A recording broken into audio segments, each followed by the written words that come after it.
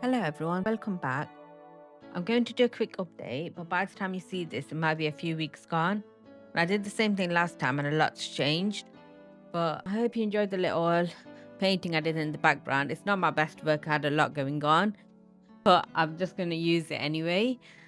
So just a quick recap. So my blood sugars have been dropping, especially in the last few weeks. I had the same with my daughter and my son.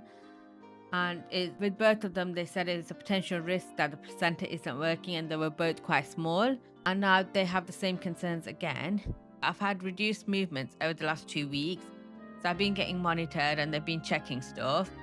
However, due to various different factors, I was told to go into hospital. It's really hit and miss because the scans that I've had, one of them showed that the head circumference dropped drastically. However, baby is really low down, so they can't really take that measurement as it's not quite accurate. And then the last one, the abdominal circumference seemed to be reduced. Taking everything into consideration, they thought it'd be good to do a steroid test. If my blood glucose levels went up, it was a sign that the placenta was probably working as it should. They gave me the 2 injections, and then the other reason was that if baby has to come early, it'll help develop the baby's lungs. I went into hospital. I had the 2 injections 24 hours apart, and they're so painful, those injections are. And then my blood glucose levels did go up, which is good, but on the downside, it meant that I needed to have the sliding scale of insulin alongside it.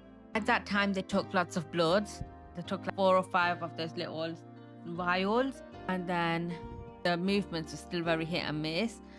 But because I've got the 2 of the kids and there's only so much they could do until they had the follow-up scan in a few days, we went home. And then if there was any concern, they told us to come back. When we went for that scan, they said that the amniotic fluid around the baby should be at least 10 or above, but they could only get 7, which is a sign that the placenta could also not be working as it should. So it confirmed what they were suspicious of. But the baby's weight had increased.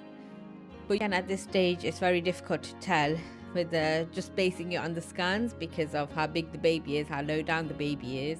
So based on that discussion, at this point, we're still getting told very different things from different healthcare professionals. So the diabetic team are telling us something else. The doctors are telling us something else. It's very unpredictable, which is adding to my stress no ends. And so the plan that they came up with is we'll go for daily monitoring to see if the baby's still active, moving, if baby's in distress or anything like that.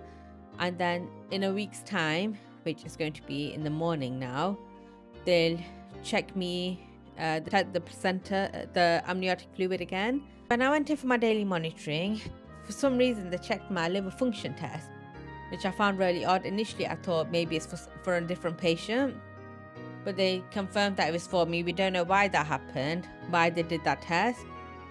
I'm grateful it happened because it turned out my liver function, one of the enzymes is really high, which could be quite dangerous. So they repeated loads of tests today. I had 5 of those little sample bottles out again, and those tests are going to come back tomorrow. So if everything is fine, they'll send me back home.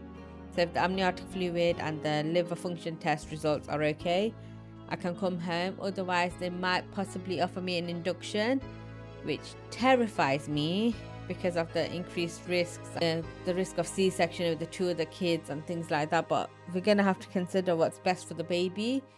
However, at this stage, this baby feels really low down.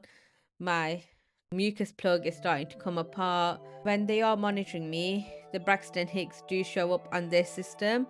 However, with my daughter, I did have a silent labor, so it's really hard to say what's going to happen. And I don't know, out of all 3 pregnancies, I've never been this scared to go into labor or have the baby.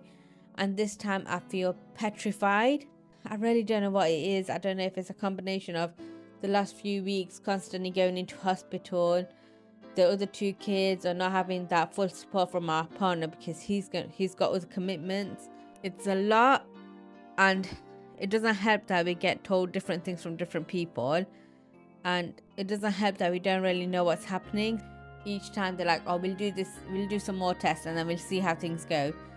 But I need to know if those tests are positive, what happens? If they're negative, what happens? But I don't really get, those questions aren't really answered. They just be that we'll just take it a step at a time. We'll see what happens.